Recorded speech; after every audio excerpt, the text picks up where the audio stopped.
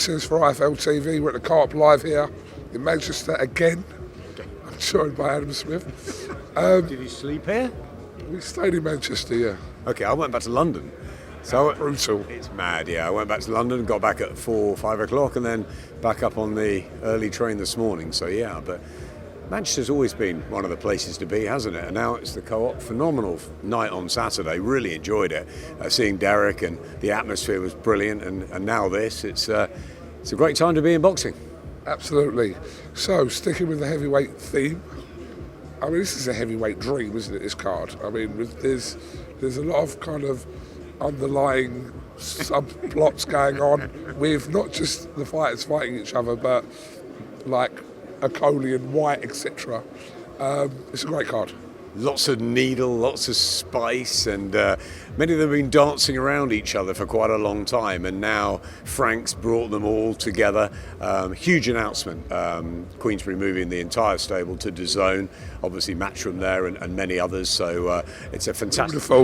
Who'd have thought it? eh? But Mike Riddock's done a wonderful job of making sure that the boxing is huge on DAZN, and it's a big day for Frank and the team, and I think it's a wonderful first start. I mean, look at it, heavy impact, Dillian White and Joyce. I mean, it cannot not be a phenomenal tear-up. It's going to be two bulls locking horns. We've known Dillian forever, Joyce, we know how he fights. It can only be entertaining.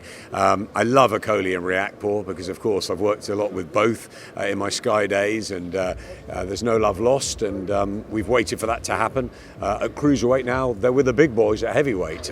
David Adelaide, great return last year. He's really picked up, and he's now banging the mix. He's a great talker as well. And TKV I saw the other night at Wembley, and now he's on this stage, and he got Delicious Ore starting off. I had a good chat with him on Saturday. He's really excited about his journey, and this is only the beginning. They've got Lee Wood and Anthony Kakache, Josh Taylor, an Echo up in Scotland. Yeah, it's a fantastic time, and you mix that all in with the Matchroom shows. We had a great show, GBM, on Friday night. Boxer have got a lot going on. It's a terrific time for the sport. Just the last one on the show on the 5th of April. Where is Joyce right now in terms of his career, and where is Dillian White in his career, in your opinion? It's a really good question. I said on Saturday night that I think if Derek Chisora has one more fight, I'd like it to be against Dillian White, because that would be the end of a trilogy. But Dillian, I was there when he fought last time in Gibraltar. He needs a big fight, and this is a big fight on a big stage. So I think Frank's right. There's the sort of elite heavyweights who are out on the sort of Saudi stage. You know, February the 22nd is massive, and we can't wait to be out there for those ones, for Dubois and Parker, and for Zhilai Zhang and Agit Kabayel, and of course you've got Alexander Usyk and AJ, and then you've got this next crop. Add to that, of course, Fabio Wardley and Moses Atauma. Big announcements, I think, due with those two, and I like that. I like Dillian and Joe, and I think the winner of it goes on to the next level. And you'd have thought that if Dillian gets through that, maybe he fights Chisora, maybe he gets a shot at someone else, that one of the ones that's fighting next week. But where are they in their careers? They're towards the end, but there's going to be an Indian summer for one of them, and we'll find out on April the 5th which one it's going to be. Absolutely. Right, very last one from me.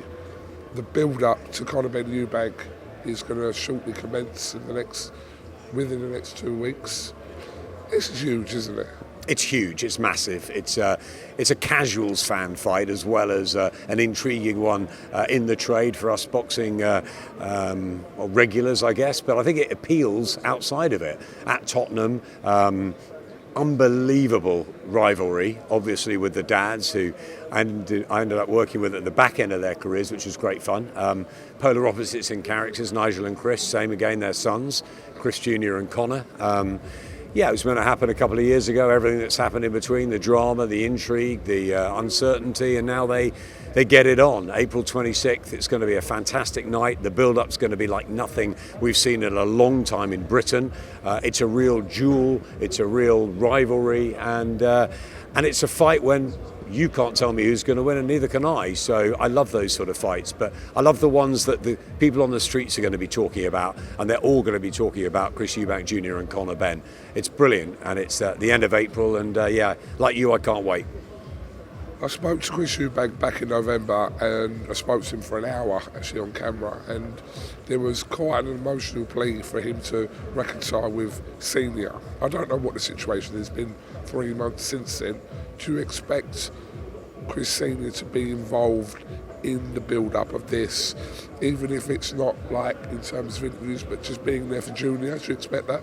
Yeah, and I think Nigel has stayed back for to let Conor get on with his career, but I reckon the two of them will be around in the build-up for this. It's a shame if he's not. They just have to be, don't they? And I think it'll be Senior. Yeah, of course, and of course the Eubank family has gone through a lot in the last, 2 or 3 years, and losing Sebastian and all of that. And I think it's really tough. And I don't know what's happened between the two of them, but I really hope that they've made up and they've reconciled anything, and I'm sure they have. And I really want Chris Senior. I love Chris Senior. We all do. I grew up and I loved him, and working with him and Nigel was an absolute honour in my sort of early 20s, and I just love them to come back and be part of this. It's Sons of the Legends. It makes the story. We've got to have the characters there. So yeah, big appeal. Come on, Chris. Come on, Nigel. Be involved in this. It's a fabulous occasion for your sons, and it's one that's going to go down in the history books. And maybe there'll be a real rivalry, and this won't be the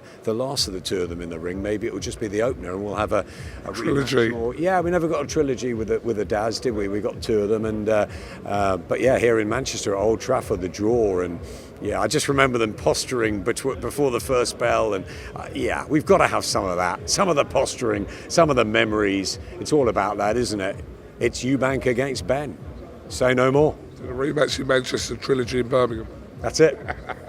Adam Smith, thank you very much. Talk to iFLTV, and yeah, it's just the last word. We'll look forward to April the 5th. Very much looking forward to April the 5th, and really looking forward to the next 3 or 4 months of boxing. February 22nd can't come soon enough. Best card I've ever seen, I think, top to bottom at that level. And yeah, the fights just roll out. Really looking forward to March the 7th. I think the women's night at the Albert Hall will be absolutely brilliant, and so much in between. And then April and May look phenomenal, don't they? And Catral Bubbles are here next week. I'll be back for that. I forgot about that. It's another visit to the co-op for us all. And love the co-op. I was speaking to Frank Smith this morning. I will definitely be here for that. It's a great fight, and I love great fights, Kugan. Adam Smith, thank you very much.